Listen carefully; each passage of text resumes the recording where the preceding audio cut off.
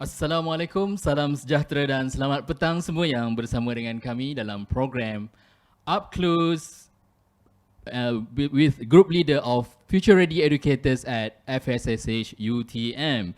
Bersama saya Dr. Fauzi Husin dan juga rakan-rakan panelis bagi Future Ready Educators at Fakulti Sains Sosial dan Kemanusiaan. Saya yakin dan percaya ramai dalam kalangan yang bersama dengan kita pada petang ini, tentunya dalam kalangan para pendidik, para pensyarah di institusi pengajian tinggi dan juga para pensyarah di Fakulti Sains Sosial dan Kemanusiaan UTM. Dan saya yakin juga mungkin ada dalam kalangan yang bersama dengan kita secara live pada petang ini, rakan-rakan pensyarah daripada fakulti-fakulti lain di Universiti Teknologi Malaysia. Selamat datang, saya ucapkan selamat menonton rancangan kami khas mempromosikan Future Radio Educators free at Fakulti Sains Sosial dan Kemanusiaan.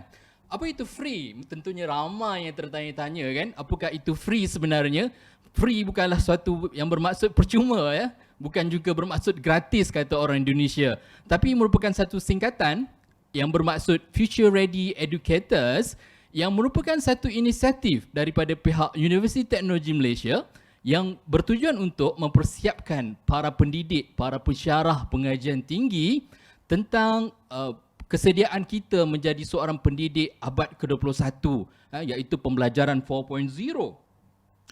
Dan seperti yang saya sebutkan tadi, para pensyarah perlu bersedia untuk menjalankan pengajian, pembelajaran yang berpusatkan pelajar berbanding sebelum-sebelum ini banyak aktiviti-aktiviti pembelajaran kita bersifat berpusatkan pensyarah. Jadi bagi menjalankan inisiatif tersebut di Fakulti Sains Sosial dan Kemanusiaan, kami mengambil 4 pendekatan, iaitu active learning, service learning, problem based learning dan juga project based learning. Dan bersama dengan saya pada petang ini, rakan-rakan panelis, rakan-rakan yang kita boleh anggap sebagai pakar. Di sebelah kiri saya, Dr. Mahanis Tapa. Selamat datang, Doktor. Seorang pensyarah yang berdedikasi daripada Language Academy ataupun Akademi Bahasa di Fakulti Sains Sosial dan Kemanusiaan. Dan seterusnya Encik Syahrin Hashim, seorang yang pakar dalam bidang service learning. Selamat datang, Doktor, pada petang ini. Terima kasih bersama-sama dengan saya. Baik, dan seterusnya di sebelah kanan saya, Dr. Khair Nordin. Selamat datang, Doktor. Seorang yang pakar dalam bidang project based learning, ya, Doktor. Dan juga yang terakhir, rakan saya, pensyarah yang cukup berdedikasi dalam bidang pendidikan, ya, Doktor. Alhamdulillah, seorang pensyarah kanan yang telah lama berkhidmat di UTM dan begitu expert, begitu pakar dalam bidang problem based learning dalam pembelajaran abad ke-21 ini.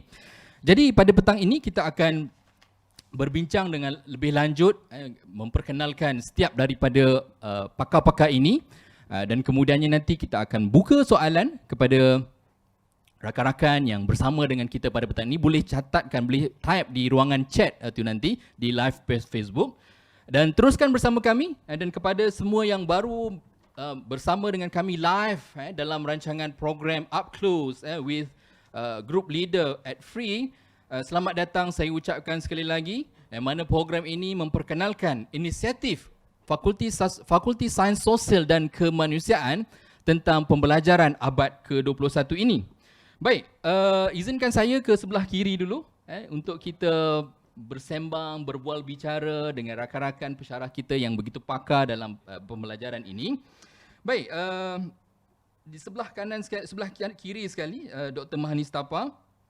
Seperti yang saya sebutkan tadi, beliau merupakan pensyarah di Akademi Bahasa dan merupakan seorang PhD holder daripada UTM dalam bidang TESOL. Saya difahamkan, Doktor, Doktor telah melaksanakan program ataupun pendekatan pembelajaran aktif ini sejak sekian lama, Betul. Dan begitu aktif mempromosi dan memperkenalkan active learning ini. Jadi mungkin Doktor boleh kongsikan dengan kami secara umum apakah yang dimaksudkan dengan pembelajaran aktif dan mengapa pembelajaran aktif ini menjadi pilihan Doktor dan mengapa ianya seharusnya menjadi pilihan dalam kalangan pendidik di institusi pengajian tinggi. Silakan, Doktor. Okey, terima kasih Dr. Fauzi. Bismillahirrahmanirrahim. Assalamualaikum. Selamat sejahtera untuk kawan-kawan di fakulti dan juga penonton-penonton di luar sana. melihat kepada soalan yang dilontarkan oleh Dr. Fauzi sebentar tadi, dari segi definisi, saya terangkan terangkan di sini. Saya rasa kawan-kawan di fakulti telah mengikuti beberapa siri ceramah under Future Ready Educators, di antaranya sesi PM Dr. Naziha, sesi PM Dr. Jamal dan juga sesi Prof Yus semalam. Jadi saya rasa masing-masing sudah maklum apa yang dimasukkan dengan active learning. Walau bagaimanapun saya ingin cuba menerangkan sedikit sebanyak apa sebenarnya active learning ini. Active learning ini secara amnya adalah apa-apa aktiviti di dalam kelas yang kita lakukan dengan student yang tidak melibatkan mereka sekadar mendengar, menonton atau mengambil nota. Maksudnya itu adalah tidak ada pembelajaran secara aktif berlaku, ya, di mana pensyarah atau guru akan mungkin menerangkan sesuatu konsep melalui contohnya pembentangan slide, di mana pelajar akan cuma melihat, membaca dan seterusnya mengambil nota. Jadi apa-apa aktiviti selain daripada yang 3 saya sebut tadi adalah termasuk dalam aktiviti active learning. Jadi kenapa saya kata begitu? Supaya kawan-kawan semua tidak akan terikat dengan aktiviti-aktiviti yang dipromosikan oleh orang lain. Okay, jadi kita di dalam kelas kita juga bebas we are free to invent our own teaching and learning activities. Okay? Jadi kita tidak perlu terikat. Itu yang saya masukkan dari segi active learning secara am. Sebab saya pasti kawan-kawan akan dapat membaca dari segi penerangan sebelumnya, semua orang sudah dapat yang di textbook definition yang semua orang patut tahu, tetapi cuma ia adalah lebih simple daripada itu, lebih senang daripada itu. Itu adalah basic secara basic umumnya apa active learning. Okay, baik. Terima kasih doktor. Cuma mungkin doktor, kenapa kita perlu beralih kepada active learning ni? Adakah pembelajaran sebelum ni tidak sesuai ataupun active learning ini akan lebih menarik untuk dijalankan? Bagaimana doktor? Okey, bagi saya rasa kawan-kawan di fakulti, saya rasa mereka memang sudah menggunakan pendekatan active learning ini, cuma mungkin ianya tidak dibuat secara rasmi. Saya pasti at some point in our lesson kita akan guna pendekatan paling basic adalah perbincangan. Mungkin perbincangan secara kumpulan, perbincangan secara dengan kawan sebelah atau perbincangan antara guru dan pelajar. Cuma sekarang kita ingin memastikan ianya adalah lebih daripada itu. Kerana kalau kita ingat dalam sesi PM Dr. Jamal, banyak aktiviti-aktiviti yang dibincangkan. Dan juga dalam sesi Dr. Jamal juga, pensyarah-pensyarah kita masing-masing telah menyatakan apa lagi aktiviti yang mereka buat. Jadi daripada situ kita boleh beranggapan bahawasanya memang active learning itu kita buat di dalam kelas, tetapi mungkin kita perlu mempelbagaikan aktiviti itu. Kenapa ia penting? Kerana sekarang adalah pendidikan berpusatkan pelajar. Secara rasminya kita hanyalah sebagai facilitator disebut. Kita facilitate learning to take place. Tetapi tidaklah kita semestinya bebas memberi pelajar 100% untuk merancang pembelajaran mereka, tetapi kita mesti ada sedikit sebanyak guidance. Ya, panduan, betul. Baik. Terima kasih Dr. Mahani. Mungkin kita banyak saya nak tanya soalan sebenarnya Dr. Mahani sebab active learning antara yang paling popular dipraktiskan. Cuma kita beralih sebentar kepada Encik Shahrin. Encik Shahrin seorang pendidik, kalau boleh saya perkenalkan sedikit, Encik Shahrin seorang pendidik yang sangat passion, mempunyai minat yang begitu mendalam dalam service learning Encik Shahrin. Dan Encik Shahrin telah berkhidmat di Universiti Teknologi Malaysia di sekolah pendidikan ini sejak begitu lama, ber 25 tahun lebih Dan beliau sangat berpengalaman dalam menghidupkan, kita mengaktifkan service learning ini. Jadi mungkin hari ini kita berpeluang untuk berkongsi pengalaman doktor. Mungkin doktor mulakan dulu dengan apakah yang dimaksud dengan service learning ni, sebab orang ingat service learning ni macam servis biasa je, servis kaunter dan sebagainya. Tapi ada juga rupanya servis pembelajaran ni, ada service learning, pembelajaran perkhidmatan ni. Jadi apakah itu sebenarnya service learning, dan kongsikan bagaimana doktor sepanjang karier di UTM ini sebagai seorang pendidik mengaplikasi service learning dalam pembelajaran. Silakan doktor. Okay, terima kasih kepada Dr. Fauzi. Saya bersyukur sebab saya telah nampak melalui pendekatan service learning ini, saya telah membawa satu perubahan kepada landscape teaching and learning ataupun pengajaran dan pembelajaran di universiti. Okay. Service learning ini sebenarnya adalah satu kaedah pembelajaran di luar bilik darjah, berasaskan kepada komuniti. Okay, di mana kita lihat pelajar-pelajar dibawa untuk meneroka, menjelajah permasalahan dalam komuniti, perkara-perkara yang berkaitan dengan bagaimana nak membangunkan komuniti di dalam setting yang berada di luar bilik darjah. Okay, sebagai contoh, service learning ini akan membawa pelajar-pelajar untuk bersama-sama melihat permasalahan komuniti, kemudian cuba untuk berbincang dengan komuniti, invite ataupun menjemput rakan-rakan strategik yang lain untuk bersama-sama, dan kemudian melaksanakan program-program yang boleh melibatsamakan pihak-pihak pemegang taruh,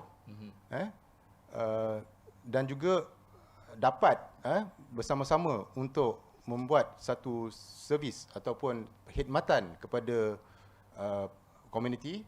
Dan yang ketiganya adalah untuk membangunkan komuniti. Okay, jadi pada saya sudah tiba masanya kita menjadi game changer, ataupun mengubah permainan di universiti ini. Kita tak nak lagi berada dalam kepompong universiti yang jumut. Kita nak pelajar itu bebas untuk berfikir, bebas untuk menunjukkan kehebatan mereka di luar. Kerana pada saya, daripada awal pelajar masuk ke universiti, mereka telah didedahkan dengan first year experience. Okay, jadi first year experience tu berkaitan dengan bagaimana nak belajar di dalam setting universiti, kan. Tetapi di tahun ketiga, tahun keempat, inilah masanya untuk kita mencabar mereka. Cuba Cik Syahri tadi sebut tentang komuniti, kan? Kalau boleh saya cik sikit. Apa yang dimaksudkan dengan komuniti? Komuniti mana sebenarnya menjadi sasaran kalau kita buat service learning ni sebenarnya? Bagi saya, komuniti ada pelbagai. Di antaranya yang saya dapat letakkan di sini adalah komuniti desa, komuniti luar bandar, komuniti urban ataupun komuniti bandar, komuniti Felda, komuniti antarabangsa, dan juga komuniti sebagai contoh komuniti nelayan. Okay, ada dalam satu projek kami di Pulau Songsong, di Kedah sana, di mana pelajar-pelajar bersama dengan komuniti persatuan nelayan untuk membangunkan sosioekonomi nelayan di sana. Mereka bukan hanya menangkap ikan, tetapi mereka akan menjadikan Pulau Songsong itu sebagai tarikan pelancong. Jadi mereka tak tahu bagaimana nak menarik pelancong. Jadi pelajar-pelajar kita datang ke sana dan membangunkan beberapa aktiviti di Pulau Songsong itu untuk membolehkan persatuan nelayan itu mendapat pendapatan sampingan. Okey, pelajar-pelajar saya semasa berada di Pulau Songsong, mereka melaksanakan program membersihkan Pulau Songsong itu, dan juga batu karang. Batu karang itu yang banyak ada di Pulau Songsong itu, kita letakkan batu karang yang daripada botol kaca. Botol kaca kita pecah-pecahkan, kita masukkan dalam konkrit, kemudian kita letakkan ke dalam laut, untuk membolehkan batu karang membiak dan menyebabkan ikan-ikan di laut tu akan lebih banyaklah datang cari makan di pulau tersebut.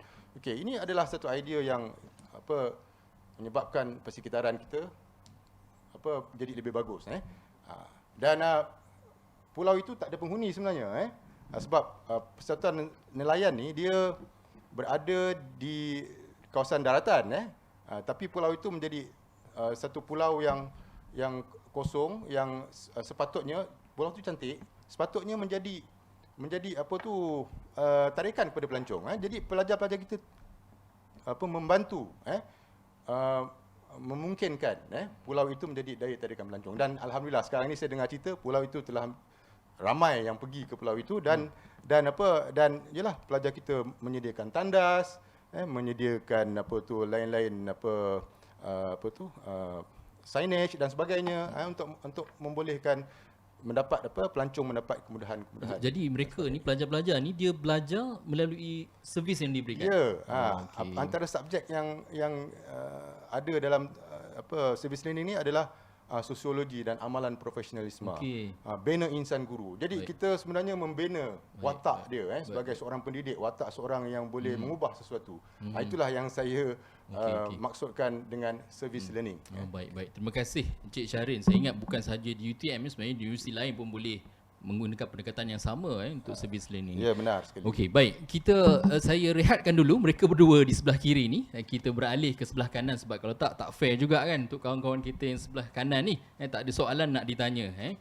Baik, sebelum tu kepada yang masih baru bersama dengan kami dalam rancangan live ini, Up Close with our group leader for future radio educators, ataupun kita istilahkan sebagai free, yang mempersiapkan para pendidik, para pensyarah di pengajian tinggi supaya bersedia dengan pembelajaran pendekatan abad 21.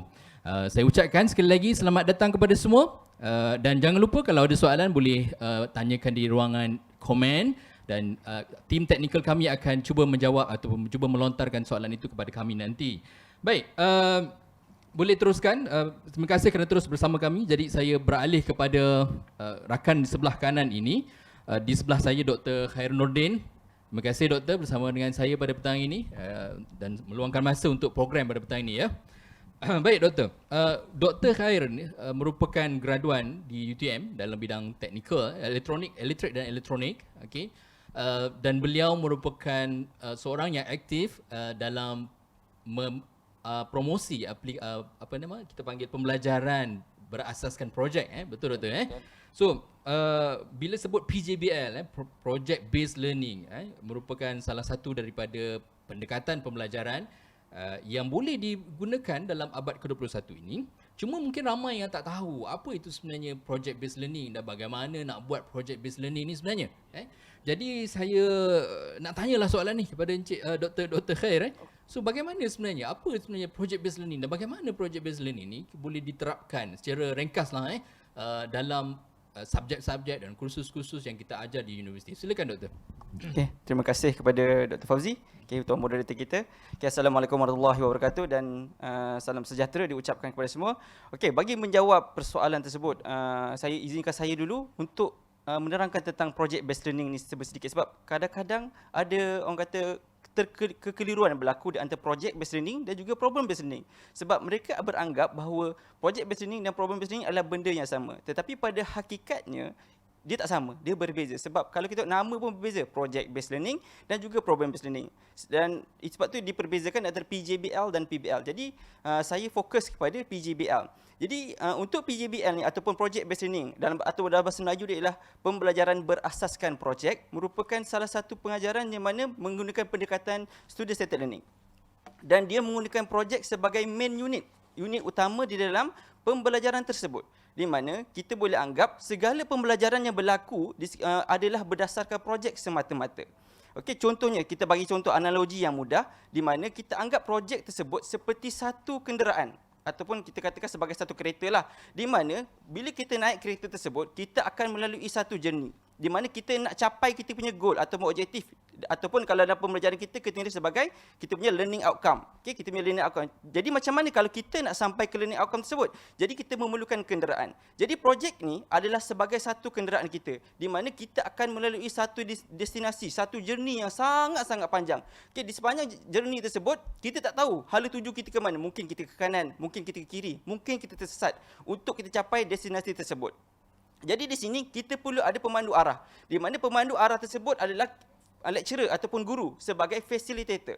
Dan sepanjang perjalanan itu mereka akan bertemu dengan macam-macam. Mereka akan pick up macam-macam. Di mana mereka di sini akan berjumpa dengan binatang, berjumpa dengan tempat-tempat yang mereka tidak biasa, ataupun mereka akan singgah ke mana-mana untuk membeli sesuatu, ataupun singgah juga di satu tempat untuk mengutip seseorang. Okey, di macam tu. Maknanya sepanjang perjalanan itu akan berlaku banyak sangat experience atau pengalaman yang mereka dapat. Itu kita boleh katakan sebagai satu project based learning. Okey, di mana projek ialah sebagai main unit untuk kita bawa kepada kita punya goal ataupun learning outcome.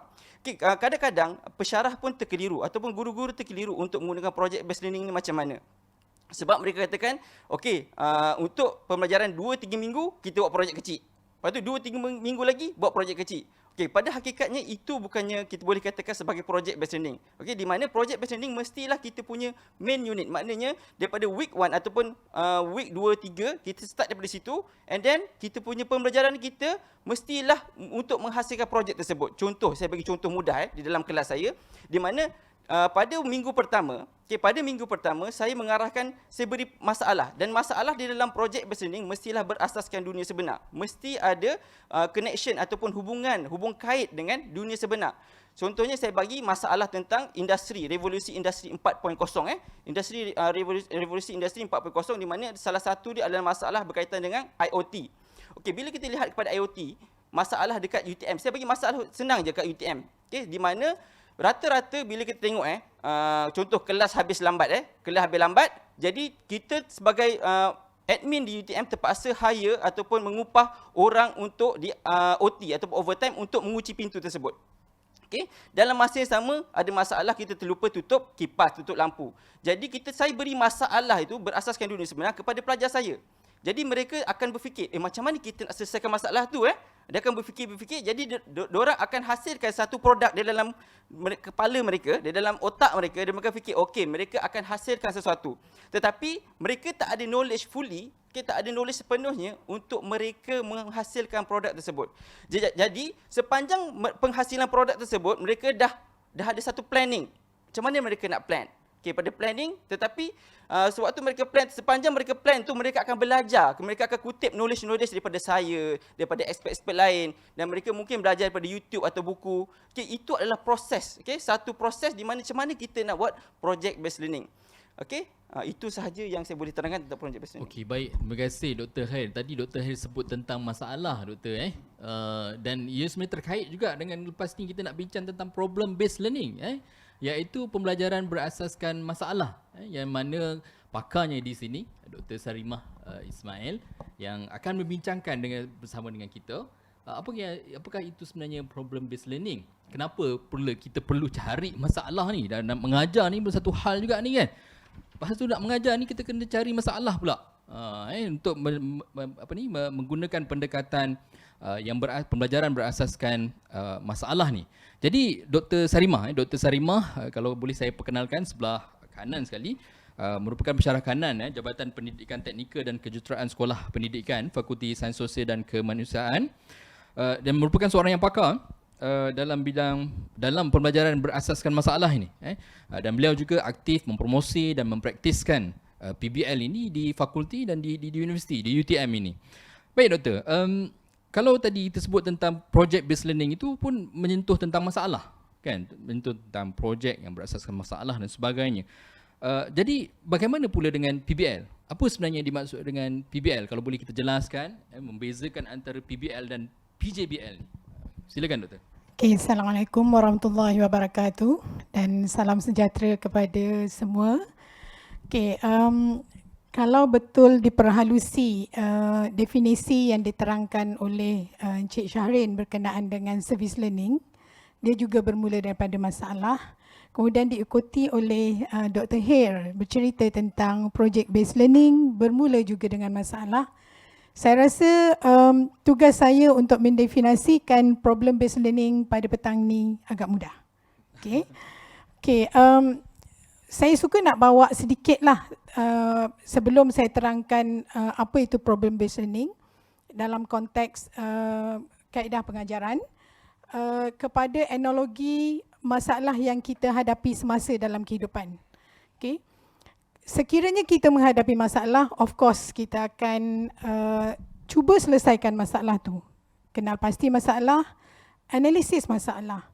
Apa sumber, apa punca, apa faktor yang mempengaruhi. Bagaimana dia perlu diatasi, mencari maklumat tentang macam mana nak mengatasinya. Itu adalah dalam kehidupan biasa. Okay.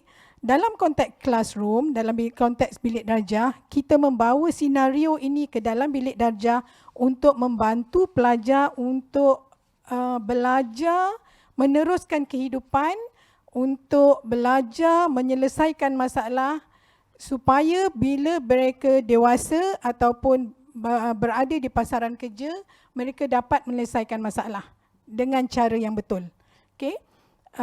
Dalam konteks bilik darjah, problem based learning ataupun kaedah pengajaran pendekatan pengajaran berasaskan masalah ini adalah pendekatan di mana masalah menjadi tumpuan utama dalam proses pembelajaran. Daripada masalah itu pelajar akan meneroka sendiri mencari maklumat untuk menyelesaikannya, mengatasinya. Kemudian yang itu berlaku dalam kumpulan kecil. Bila dia dah analisis, dia sendiri yang rancang proses pembelajaran, kemudian dia akan balik semula berada dalam kumpulan besar, dia akan share dengan kumpulan besar. Tujuan dia apa? Supaya dia dapat pandangan yang lebih konkret, yang lebih efektif, bagaimana sepatutnya masalah itu dapat diselesaikan daripada perspektif yang berbeza. Okay? Sekiranya itu sampai setakat tu, sebelum dia dapat dalam proses dia mendapatkan solusi menyelesaikan masalah tersebut. Sekiranya penyelesaian masalah melibatkan komuniti, menyelesaikan masalah yang sebenar, melibatkan komuniti dan deserve balik komuniti untuk mengatasi masalahnya, that's service learning comes in. Okay? Sekiranya penyelesaian masalah tu dia menghasilkan projek yang berbentuk tangible ataupun tidak, that's project based learning. Tapi dia bermula dengan problem based learning, penyelesaian masalah. Benda tu dah berlaku dalam kehidupan kita. Cuma kita realisasikan dalam bilik darjah untuk membantu pelajar, untuk menyediakan pelajar supaya sebab dia ni dalam kategori active learning di mana pembelajaran memang berpusatkan pelajar. Pelajar sendiri yang buat, pelajar sendiri yang cari menyelesaikan masalah, mencari info. That's the process. Sepanjang proses mendapatkan maklumat, proses nak menyelesaikan masalah, pelajar akan engage ataupun terlibat dalam proses pembelajaran berkenaan dengan subjek matter dia secara lebih mendalam. Itu je senario berkenaan dengan problem based learning. Okey, baik. Terima kasih Dr. Sarimah. Mungkin ada bersama dengan kita pada sesi ini rakan-rakan para guru mungkin, para pendidik di institusi pengajaran tinggi yang lain. Sekali lagi saya ucapkan selamat datang. Terima kasih kerana live bersama kami. Cuma tadi Dr. Sarimah kalau boleh kita sambung sikit tadi perbincangan tadi berkenaan dengan PBL, problem based learning ini, bila kita tengok tadi daripada mencari masalah, kemudian ada step-step dan sebagainya, itu menunjukkan ada satu beberapa kerja tambahan untuk para pensyarah ni atau para pendidik bagi mengamalkan problem based learning dalam pengajaran. Jadi ramai yang mengeluh kata susah nak buat PBL ni, banyak kerja dan sebagainya. Tapi bagi saya itu merupakan satu yang sangat menarik sebenarnya, sebab kita mempersiapkan pelajar kita, pelajar-pelajar kita untuk berhadapan dengan masalah. Cuma mungkin Dr. Sarimah boleh jelaskan bagaimana nak mengatasi kegusaran ini, bagaimana nak mengatasi masalah-masalah yang mungkin kita perlu lalui sebelum kita boleh menjalankan PBL dalam pembelajaran. Okay, bagi beginners ataupun pendidik yang bakal pendidik ataupun pendidik yang baru memulakan kerjaya sebagai seorang pendidik, ataupun pendidik yang dah lama berkecimpung dalam dunia pendidikan tapi belum menceburi, menggunakan pendekatan problem based learning di sebagai pendekatan pengajaran. Of course saya rasa yang menyebabkan kegusaran tu disebabkan oleh persepsi bahawa ianya satu pendekatan yang sukar. Sama juga dengan sebelum kita pandai bawa kereta, kita begitu nervous. Yang kita tahu punya cuma start engine je. Nervous. Jadi ia nak membolehkan kita daripada tak tahu drive kereta sampailah boleh memandu kereta, apa yang kita perlu buat kat tengah-tengah? Adalah belajar. Bila kita belajar tu sendiri adalah untuk proses nak transfer daripada tak tahu kepada tahu. Nak transform kita daripada tak tahu kepada tahu. Bila kita belajar, that knowledge comes in. Kita akan dapat pengetahuan.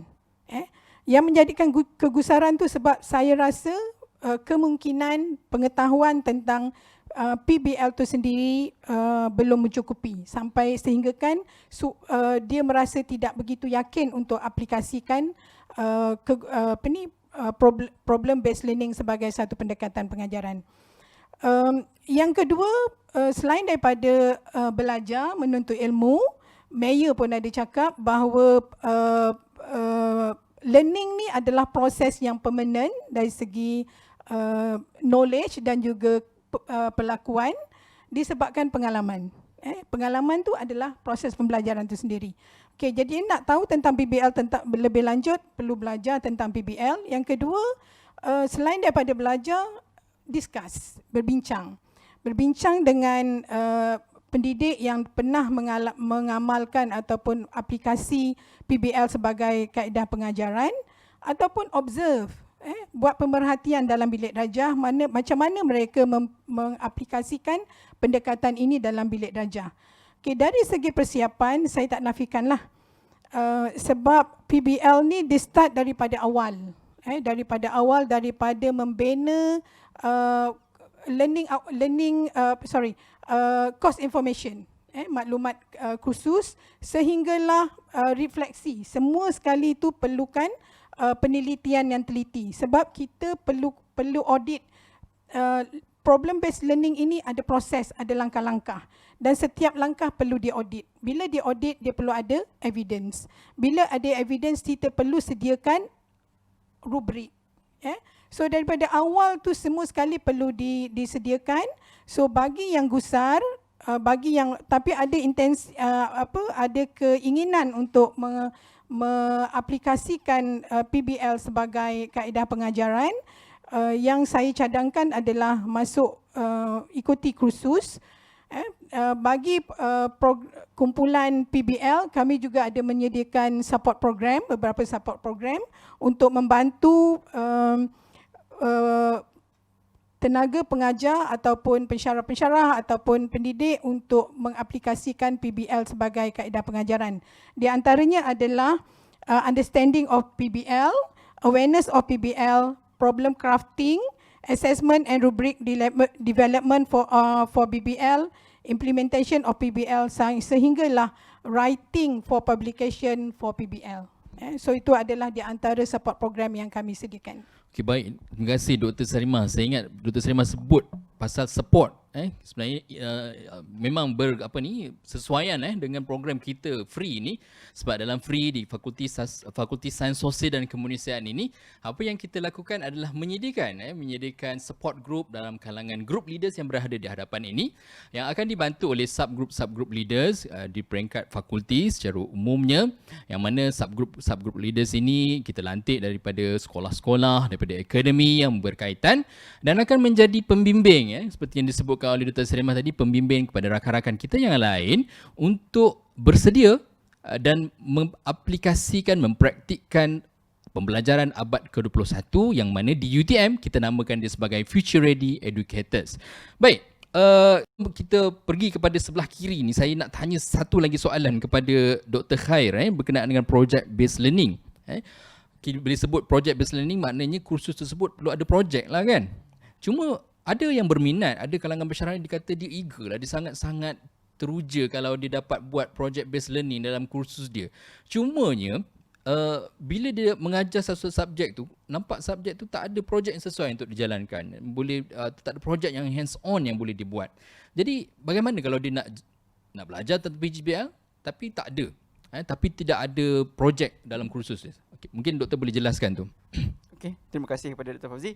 Okey, itu soalan yang sangat-sangat menarik lah untuk saya jawab. Sebab apa? Itu adalah memang kegusaran yang berlaku di kalangan pensyarah yang rasa memang, aku punya bukan subjek teknikal. Jadi macam mana aku nak buat? Actually, project based learning bukan limited, bukan terhad terhadap subjek teknikal saja. Dia boleh diguna pakai kepada semua jenis subjek. Tak kisahlah subjek teknikal ataupun non teknikal. Okey, kalau kita lihat kepada implementation of project based learning ataupun pelaksanaan project based learning ini, sebenarnya pensyarah itu perlu brainstorm idea apakah masalah yang ataupun projek yang boleh diguna pakai untuk pelajar-pelajar ini apply apa yang mereka pelajari sepanjang subjek tersebut. Okey, contoh, saya bagi contoh matematik. Okey, matematik. Rata-rata kita semua pernah belajar matematik, betul? Okey. Salah satu, ada beberapa lah topik dalam matematik yang kita rasa, apa guna aku belajar benda ni? Contohnya, perbezaan. Okay, ataupun pengamiran. Okay, itu benda-benda yang pelajar-pelajar kat luar sana, aku belajar ni apa guna dia? Okay, sebagai seorang guru atau seorang pensyarah, kita perlu bagi pelajar-pelajar ni melihat apakah application knowledge tersebut apabila mereka keluar. Okay, kita nak the real context dalam dunia sebenar, macam mana mereka nak pakai ilmu tersebut. Sebab apa? Sebab pelajar ni bila mereka rasakan, ilmu-ilmu itu tak ada gunanya bila mereka belajar, mereka takkan hargai. Okay? Appreciation of knowledge tu tak ada. Jadi bila mereka tak hargai ilmu tersebut, mereka akan rasa boleh lupakan benda ni, tak penting untuk aku, dia kata macam tu. Jadi dalam projek based learning ni kita nak fokus on apply. Okay? Kita nak fokus untuk apply. Okay? Jadi kita kena make sure pelajar ni dapat apply semula apa yang mereka pelajari supaya mereka ingat. Okay? Sebab kita nak kuatkan ingatan mereka. Okey, maknanya ilmu itu berguna untuk aku. Okay, contoh saya bagi contoh mudah lagi. Contoh dalam subjek English. Sebab rata-rata orang kata, subjek English yang nak buat. Actually, pensyarah atau guru boleh. Contohnya kita bagilah projek untuk macam mana kita nak hasilkan English modul ataupun English learning untuk refugee, ataupun untuk pelarian, untuk orang-orang yang bukan warga negara, sebab mereka tak dapat nak communicate dengan kita. Jadi apa salahnya kita bagi satu projek untuk pelajar-pelajar kita benda macam tu, ataupun hasilkan satu modul untuk kanak-kanak autism. Itu semua boleh. Okay? Maknanya even though untuk matematik pun boleh. Matematik kita bagi projek, maknanya mereka akan belajar di pelbagai topik. Last sekali, hasilkan satu algoritma yang kita boleh gunakan untuk spesifik. Sebab kalau kita tahu, teknologi ni memerlukan algoritma. Dan algoritma ni hasilnya terhasil daripada ahli matematik. Okay? Sebenarnya semua itu berkait. Jadi cabaran dia adalah macam mana seorang pensyarah atau guru untuk fikir apakah projek yang bersesuaian. Itu sahaja sebenarnya. Dan tak ada masalah untuk gunakan projek based learning untuk semua subjek. Itu jawapan saya. Okey, baik. Terima kasih Dr. Khair. Saya ingat satu lontaran banyak idea-idea sebenarnya dilontarkan tadi untuk diamalkan ataupun dipraktiskan oleh para pendidik kita, para pensyarah kita di pengajian tinggi. Yang mungkin ada subjek-subjek yang tak berkaitan ataupun rasa macam tak boleh, tapi sebenarnya daripada idea-idea diberikan tadi, boleh sebenarnya kita buat project based learning dalam kursus-kursus yang berkaitan. Baik, terima kasih Dr. Khair, Dr. Sarimah. Saya nak beralih pula sebelah kiri, Dr. Mahani dan Encik Syahrin. Saya nak ajukan soalan kepada Dr. Mahani berkenaan dengan active learning. Saya ingat active learning tadi apa yang dijelaskan oleh Dr. Mahani sangat jelaslah kepada kita, merupakan satu bentuk pembelajaran yang biasa orang gunakan, yang sepatutnya diamalkan pun. Dan dia merupakan satu pendekatan yang basic lah yang perlu ada dalam jiwa pendidik untuk abad ke-21 ini. Jadi mungkin doktor boleh kongsikan dengan kami, dengan para pendengar semua, apakah persiapan yang perlu ada bagi setiap pensyarah dalam melaksanakan pembelajaran aktif ini dalam pengajaran dan pembelajaran masing-masing. Silakan doktor. Terima kasih Dr. Fauzi. Saya rasa Dr. Sarimah telah menjelaskan juga beberapa langkah yang perlu bakal pendidik atau pendidik yang baru menceburkan dalam bidang pendidikan, seperti menghadiri kelas, menghadiri seminar, berada di dalam kumpulan sokongan dan sebagainya. Jadi saya juga ingin menambah selain daripada itu, saya rasa untuk active learning sesuatu yang amat basic dalam kaedah pengajaran. Saya rasa pertama sekali sebelum kita memutuskan kaedah apa, aktiviti apa yang kita plan untuk gunakan di dalam kelas, seharusnya kita kenalah mengenali dulu pelajar-pelajar kita. Mungkin dalam minggu pertama, minggu kedua kita dapat membuat aktiviti-aktiviti yang basic, yang daripada situ kita sudah boleh gauge learning style, cara pembelajaran pelajar-pelajar kita. Kerana pelajar-pelajar kita ni datang daripada diverse background, daripada daripada yang berbeza-beza. Mungkin mereka adalah pelajar yang learning style-nya adalah bersikap sosial, ada yang bersikap verbal, ada yang bersikap solitary. Jadi kalau kita ingin menggunakan mana-mana aktiviti dalam kelas, seharusnya kita juga perlu melihat kaedah pelajar berikut seperti yang saya sebut tadi ya. Contoh, kalau kita nak buat perbincangan secara berkumpulan, mungkin pelajar yang verbal atau pelajar yang sosial ini akan mendominasi perbincangan tersebut, dan pelajar yang bersifat solitary dia mungkin akan back off sebab dia adalah seorang yang belajar secara bersendiri. Jadi daripada situ kita boleh tengok, mungkin daripada group discussion itu mungkin okey kita boleh buat, tetapi kita juga mesti cater kepada pelajar yang lain, dan kita boleh seumpamanya mungkin start dengan online discussion contohnya, di mana ianya bersifat aktif tetapi dia lebih kepada pelajar tidak perlu berdepan secara bersemuka dengan pelajar-pelajar yang lain. Atau kita juga selain daripada membuat pembentangan secara oral presentation, kita juga boleh opt for mungkin poster presentation, di mana kita lebih di sekolah saya rasa ianya lebih dikenali sebagai gallery walk. Jadi kita boleh mendekati pelajar-pelajar kita secara individual, dan kita dapat juga mengukur tahap how they achieve the learning objectives that we have outlined through those kind of activities. Jadi saya rasa, bagi saya itu adalah yang pertama. Yang kedua, saya rasa juga walaupun kita tenaga pengajar baru atau tenaga pengajar yang sudah agak lama, kita whether we like it or not, kita mesti frame our lesson. Framing of the lesson bukanlah satu yang saya rasa mengambil masa yang lama, tetapi kita perlu ada a very basic lesson plan, apa yang kita nak achieve. Berbalik kepada Dr. Sarimah sebutkan sebentar tadi, apa yang kita put in our course information, apa yang kita nak letak dalam kita punya learning objective in that particular lesson, kita kena make sure that kita daripada kita memberi input, daripada kita membuat pelajar mengambil bahagian di dalam aktiviti, dan juga macam mana how we assess the students' involvement in the activities. Okey, baik. Terima kasih Dr. Mahani. Maknanya dalam itu learning ini pembelajaran aktif tapi dijalankan dalam kelas, begitu ya? Alright, baik. Cuma mungkin bagi service learning agak berbeza sedikit pendekatannya. Kita perlu keluar, berjumpa komuniti dan sebagainya kan.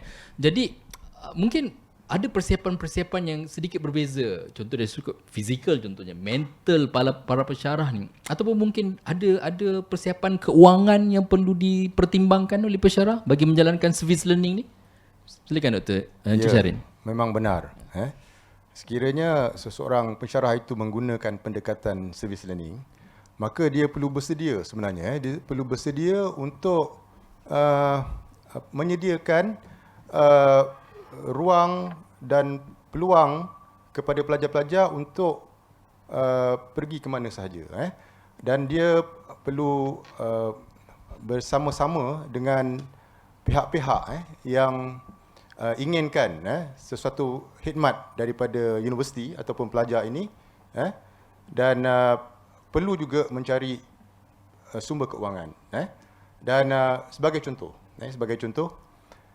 sekiranya projek itu adalah projek di luar negara. Contohnya satu projek saya di Cambodia, Jadi memerlukan apa? Memerlukan pelajar-pelajar perlu membeli tiket penerbangan, Pelajar-pelajar perlu mendapatkan sumber-sumber kewangan untuk membangunkan komuniti di sana, dan sebagainya. Jadi di mana mereka memperolehi sumber kewangan ini? Satu caranya adalah kita membuat satu konsep, di mana saya sebutkan ni konsep asnaf membantu asnaf. Pelajar-pelajar ni golongan asnaf sebenarnya, kan? Dia tak ada sumber kewangan.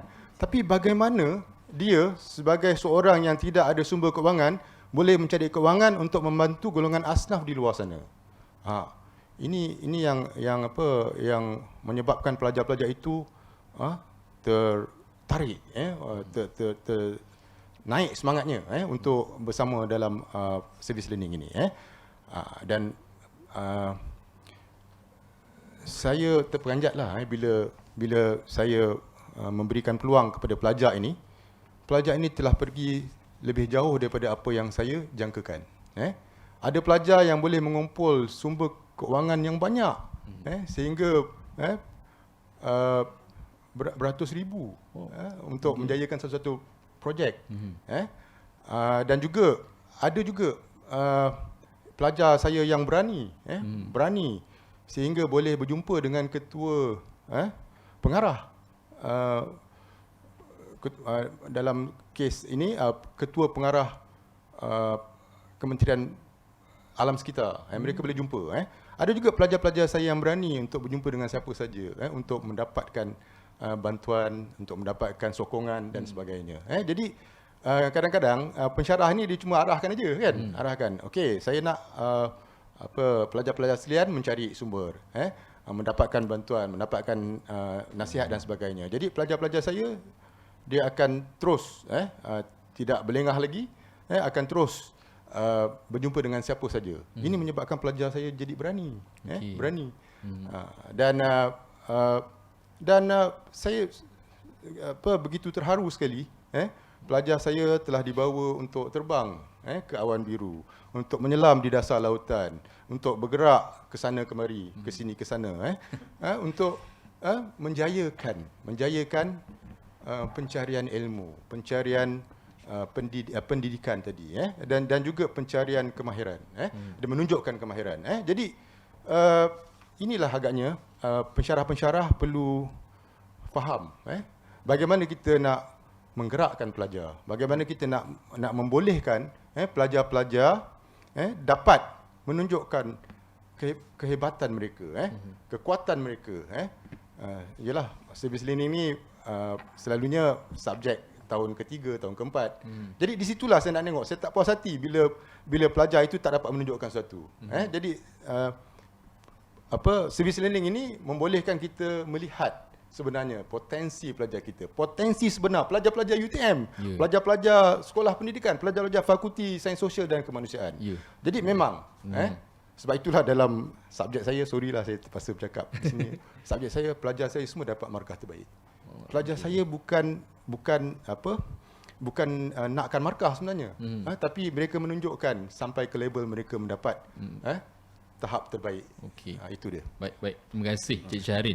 Sebenarnya dalam masa yang sama mencungkil potensi, Cik Syahrin, mencungkil potensi pelajar-pelajar kita. Kita nak mencungkil potensi pelajar. Itu yang sebenarnya sebagai seorang pendidik. Okey, terima kasih Encik Syahrin, Dr. Mahani. Kita ada lebih kurang 100 lebih live bersama dengan kita dalam Facebook ni. Alhamdulillah ramai yang bersama kita dan juga ada daripada kalangan penonton-penonton kita yang daripada luar UTM, daripada luar fakulti. Terima kasih kami ucapkan bagi pihak Fakulti Sains Sosial dan Kemanusiaan.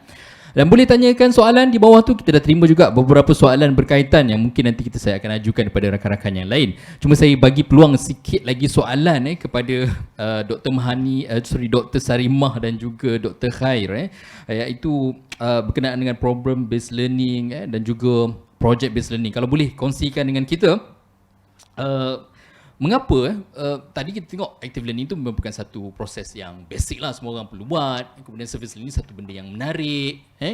Cuma untuk PBL dan PJBL, apa sebab kalau saya nak nak aktifkan ataupun nak mempromosi, aplikasikan PGBL dan PBL? Kita mulakan Dr. Khair dulu. Silakan Doktor. Okay. Terima kasih Dr. Fauzi.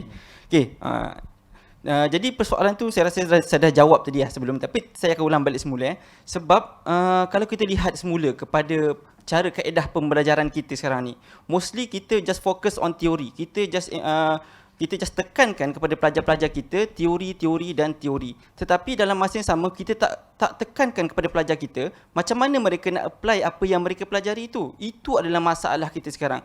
Jadi kita ni kadang-kadang sebagai seorang pensyarah, kita ni syok sendiri. Okey, aku dah ajar, complete aku ni tanggungjawab. Tapi dalam masa yang sama, adakah kita bertanggungjawab untuk membangunkan modal insan tu? Adakah kita bertanggungjawab untuk membangunkan pelajar itu dengan sebaik-baiknya? Jadi kita perlu bertanggungjawab sebenarnya macam mana nak bagi mereka dapat tahu apply knowledge tersebut. Jadi di sinilah project based learning comes in, di mana pelajar-pelajar ni dia dapat untuk apply semula apa yang mereka telah pelajari. Jadi di situ mereka akan lebih appreciate knowledge. Sebab apa? Sebelum ni saya pernah menjalani latihan ikhtisar di Sekolah Menengah Teknik Johor Bahru. Dan saya berpengalaman mengajar dan juga berbincang dengan pelajar-pelajar di sana. Masalah bila kita tengok kan, pelajar-pelajar sekarang ni, mereka ni terdiri daripada generasi X, generasi Z, Y dan sebagainya lah. Kita boleh katakan itu adalah generasi Google. Generasi Google. Sebab apa? Apa sahaja yang mereka dapat, mereka Google. Semuanya based on Google. Jadi apa yang kita sampaikan, kan, kadang-kadang mereka pun Google je, semua nak Google. Jadi di sini mereka lebih tertarik kepada orang kata elemen teknologi. Jadi bila di sekolah, guru-guru masih lagi menggunakan pendekatan yang lama. Menggunakan pendekatan lama, masih lagi chalk and talk, masih lagi menggunakan teacher centered. Dan rata-rata mereka rasa boring. Dan mereka bila rasa boring, mereka tak pay focus attention dalam kelas. Dan kemudian bila saya tanya, kenapa awak tidur dalam kelas? Dia kata, sebab saya tak nampak pun apa guna saya belajar benda ni. Better saya jadi Insta famous, better saya jadi YouTubers. Betul, itu adalah cita-cita pelajar zaman sekarang, generasi sekarang. Itu yang kita perlu hadamkan sebagai seorang pendidik. Macam mana kita nak ubah mentaliti, mindset kan generasi yang baru ni. Jadinya di situlah orang kata free ni muncul. Di mana kita nak didik dengan kaedah yang baru, di mana mereka lebih tertarik dengan cara pembelajaran yang sekarang ni. Itu saja. Sikit Dr. Sarimah, mungkin boleh share. Saya melihat PBL dari perspektif dalam proses pelajar menyelesaikan masalah bagi bidang mata pelajaran yang diikuti, pelajar belajar sendiri, dia akan belajar mendalami content knowledge ataupun kandungan teknikal khusus berkenaan secara mendalam. Along the process dia nak menyelesaikan masalah sebab dia cari maklumat dan sebagainya. Kemudian dalam proses mencari maklumat, dia bertemu dengan orang lain dan kemahiran generik develop.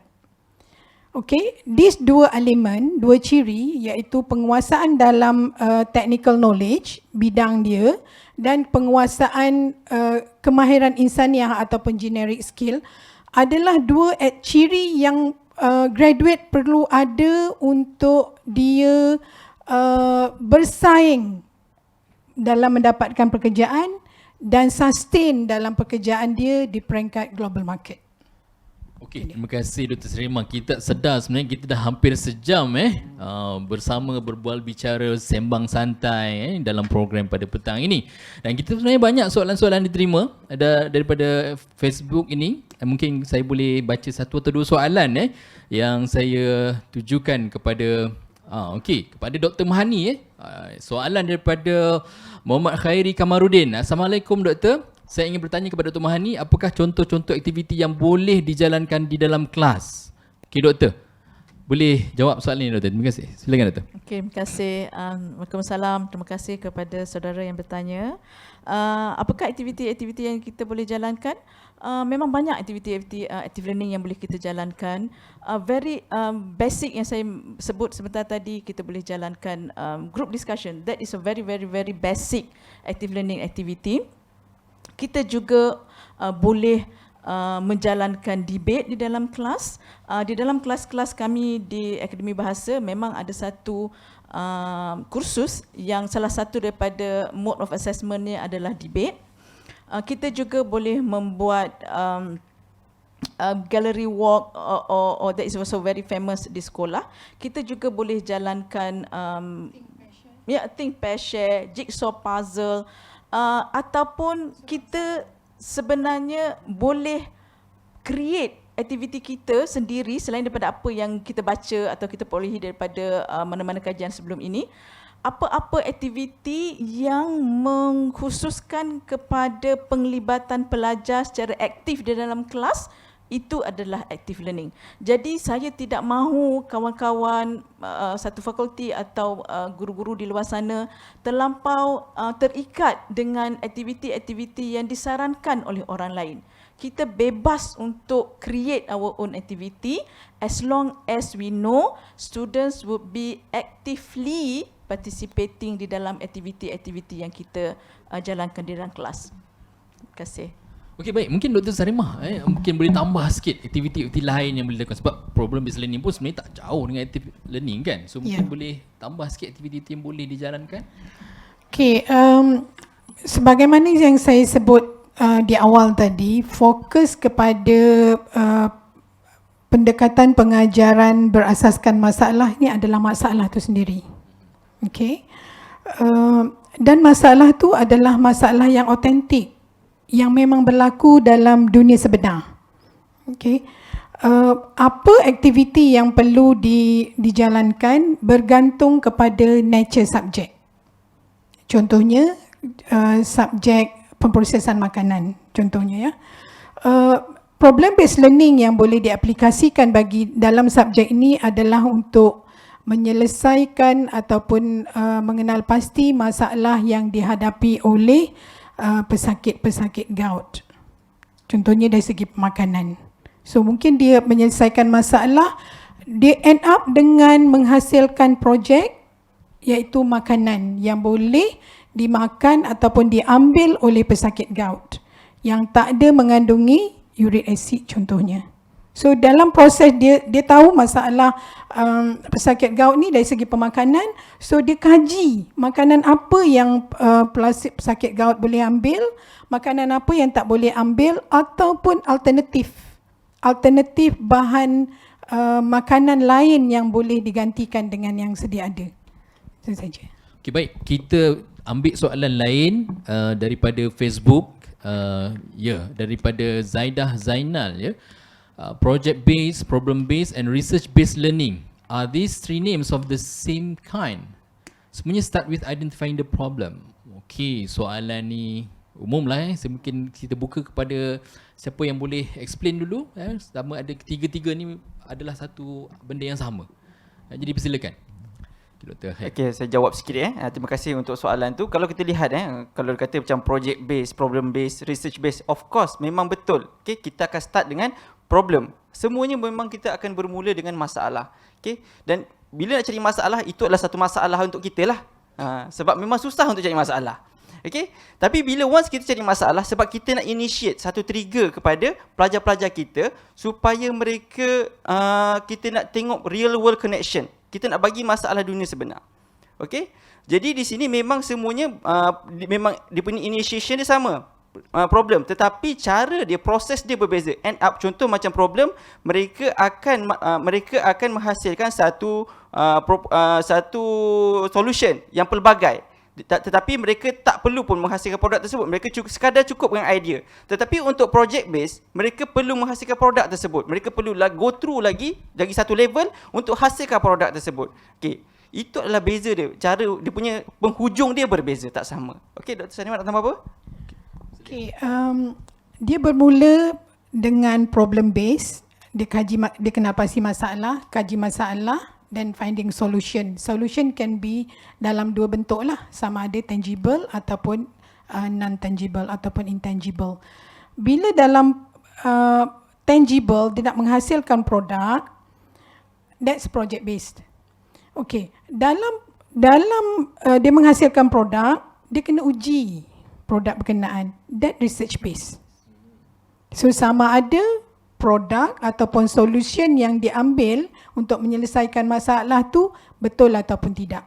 Betul ataupun tidak, dia very subjektif sebab penyelesaian masalahnya ada berbagai-bagai. Dia bukan rigid, bukan hanya satu solusi saja. That's why bila dia dah dapat cadangan untuk menyelesaikan masalah, kalau problem based dia kena masuk balik dalam big group untuk dia bentangkan dia punya cadangan penyelesaian masalah. Dan supaya everybody dalam big group tu chip in dia punya idea ataupun pendapat untuk menyelesaikan masalah secara lebih kolektif. Okay. Sebenarnya dia adalah turutan. Dan dalam problem based dia ada research based. Research based juga ada dalam project based. Terima kasih. Okey, baik. Terima kasih Dr. Sarimah. Dia saling berkait cuma end produknya mungkin berbeza. Baik, kalau ada soalan lain lagi, okey, baik. Kita tak sempat nak jawab semua soalan ni kerana kita kesuntukan masa. Masa yang diperuntukkan lebih kurang sejam. Telah pun kita lengkapkan sejam ni perkongsian dengan rakan-rakan kita, dengan rakan-rakan pensyarah di Fakulti Sains Sosial dan Kemanusiaan dan juga rakan-rakan pendidik kita daripada fakulti lain, juga daripada universiti-universiti lainnya turut serta bersama dengan kita pada petang ini. Jadi bagi pihak fakulti saya ucapkan jutaan terima kasih. Cuma sebagai penutupnya saya ingin memberi peluang lah sekali lagi kepada semua ahli panel kita mungkin untuk berkongsi harapan, berkongsi bentuk-bentuk sokongan yang mungkin boleh diberikan kepada rakan-rakan pensyarah kita dalam menjayakan future radio educators di UTM ini. Jadi saya mulakan, kita to be fair lah tadi semula dengan sebelah kiri. Jadi sebagai penutup kita mula dengan sebelah kanan pula. Dr. Sarimah, silakan Doktor. Okay, sekiranya tidak diaplikasi future ready educators, dia just tinggal nama dan harapan saja. Okay, apa yang saya harap sebagai group leader project based learning dan juga kawan-kawan lain juga saya rasa mewakili group masing-masing, yang perlu ada adalah first orak langkah cari ilmu, kemudian yang kedua praktis. Okay, tak tahu tanya, discuss sama ada apa yang telah diaplikasikan on the right track ataupun tidak. Ajak orang lain untuk observe kita punya pelaksanaan, ataupun orang lain juga boleh, kita juga boleh melihat ataupun observe orang lain, cara orang lain melaksanakan kita punya certain teaching method tadi. Terima kasih. Dr. Khair, silakan. Okay. Jadi untuk project based learning, bila saya bercerita tu kadang-kadang orang rasa macam takut pula nak buat project based learning ni kan, sebab macam susah. Actually tak. Okay, sebab apa? Selagi kita tak apply, selagi kita tak buat, memang kita akan rasa susah. Jadi saya sarankan sebagai group leader project based learning, saya sarankan untuk para pensyarah, pendidik untuk sama-sama join dan sertai project based learning, di mana project based learning menyediakan pelbagai support. Sebab kita boleh bermula pada kecil. Okay, orang kata start with a small step. Okay, selagi kita tak melangkah, selagi tu kita tak akan tahu arah mana yang kita nak tuju. Kita boleh buat ke tak? Okay, sebab kadang-kadang kita ni, aku tak boleh buat benda ni, tak sesuai untuk aku. Macam mana kita tahu sesuai tak sesuai? Sedangkan kita tak ambil pun lagi langkah pertama kita. Jadi sekarang ni kita boleh start small dulu. Maybe kita boleh buat projek yang kecil-kecil, belajar 2-3 minggu satu projek. Saya kata boleh macam tu. Kita yang seperti yang saya katakan, kita buat satu dessert project. Maknanya belajar sikit, hujung tu ada projek kecil. Belajar sikit, projek kecil. Itu kita buat start small. Sebab apa? Kita masih belajar. Okay, sedangkan nak jadi expert, mungkin dia akan makan bulan, makan tahun, makan 10 tahun. Okay, kita tak tahu. Sebab apa? Kita masih still belajar. Even though saya pun masih lagi belajar. Kita sampai kita mati, kita masih belajar. Itulah yang saya harap kepada semua lah. Baik, terima kasih. Mungkin Dr. Encik Syarin, seminit 2. Silakan. Okay, bagi saya menyuruhlah kepada rakan-rakan pensyarah sekalian, sekiranya rakan-rakan pensyarah ingin memberikan satu pembelajaran yang bermakna, yang lebih bermakna kepada pelajar-pelajar kita, pengalaman yang lebih bermakna kepada pelajar-pelajar kita, dan mendapatkan makna dalam pengajaran dan pembelajaran, silalah menggunakan pendekatan service learning. Kerana ini adalah satu pendekatan yang amat menyeronokkan. Saya telah dapat kepuasan daripada pendekatan ini. Saya sendiri. Begitu juga dengan pelajar-pelajar saya. Ada pelajar saya yang 3 tahun, 4 tahun lepas kontak saya lagi dan mengatakan, saya tak ingat apa-apa di UTM. Saya ingat projek yang kita buat bersama-sama. Allahu Akbar. Saya rasa seronoknya kan. Saya rasa begitu seronok apabila pelajar-pelajar saya memberikan respon yang sebegitu kan. Okey.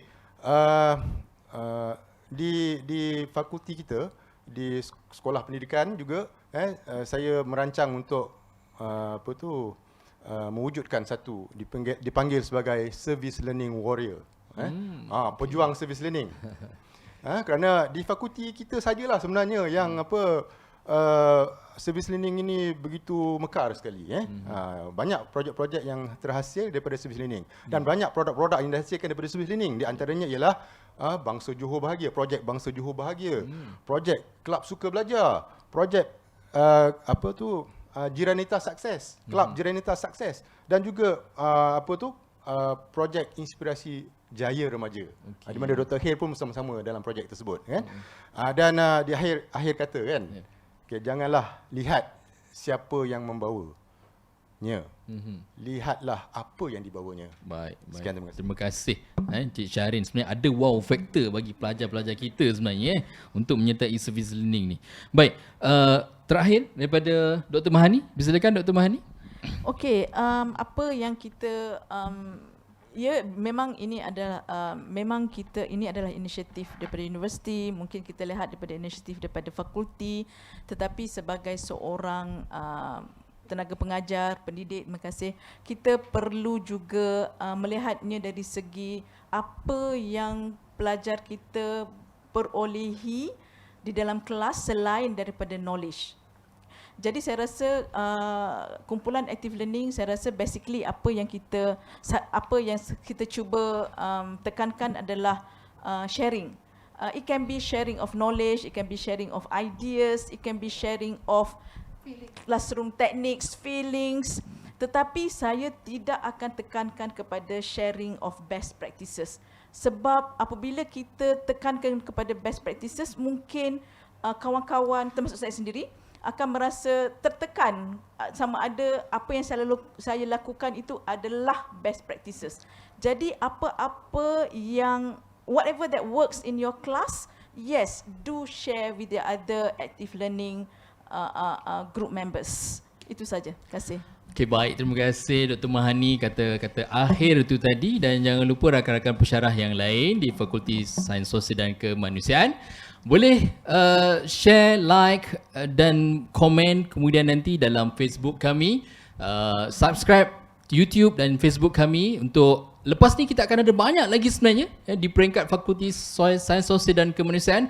Kita merancang beberapa program lagi, satu untuk Empowering Free ni sendiri, dan kemudian kita ada beberapa talk show lain yang kita akan jalankan di peringkat fakulti, dan kita akan bersiaran daripada studio ini, studio di Sekolah Pendidikan Fakulti Sains Sosial dan Kemanusiaan. Sekali lagi saya ucapkan terima kasih kepada semua. Kita berada di hujung program, dan harapan besar kami kepada semua pendidik, semua pensyarah di Institusi Pengajian Tinggi AMNIA dan pensyarah kita di Fakulti Sains Sosial dan Kemanusiaan khususnya, agar dapat mempersiapkan diri dengan pembelajaran abad ke-21 ini, yang mana kita telah bincangkan tadi pendekatan-pendekatan yang boleh kita jalankan, yang boleh kita amalkan bagi membolehkan pelajar graduan yang lahir daripada Fakulti Sains Sosial dan Kemanusiaan ini adalah graduan yang bersiap sedia dengan cabaran-cabaran abad ke-21 nanti, insya-Allah.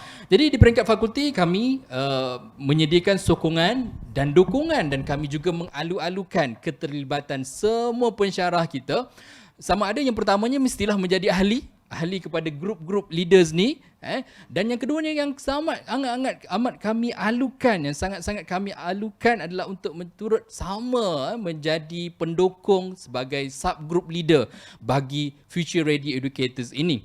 Dan selepas ini pihak penganjur akan memberikan soalan survey kepada semua pensyarah dan kepada semua yang hadir pada sesi live ini. Ada 100 lebih ni, saya ingat rekod kot. Ramai yang tengok hari ini, alhamdulillah. Boleh jawab soalan tu dan nyatakan the group mana yang mereka nak sertai, dan jangan anggap satu penyertaan itu kerana terpaksa, tapi sebabnya kita nak belajar tentang active learning, service learning, program based learning ataupun project based learning. Nanti kita akan berikan soalan tersebut, dan saya bagi pihak pengajar mengucapkan jutaan terima kasih kerana dapat sejam bersama kami, setia bersama kami sehingga hujung siaran. Dan jangan lupa teruskan subscribe, like Facebook kami, YouTube untuk terus mendapatkan rancangan program-program khas khusus untuk warga Fakulti Sains Sosial dan Kemanusiaan dan juga seluruh warga Malaysia. Jadi sebagai akhirnya saya ucapkan terima kasih. Syizi, Nandre, syukran, syukriya. Assalamualaikum warahmatullahi wabarakatuh.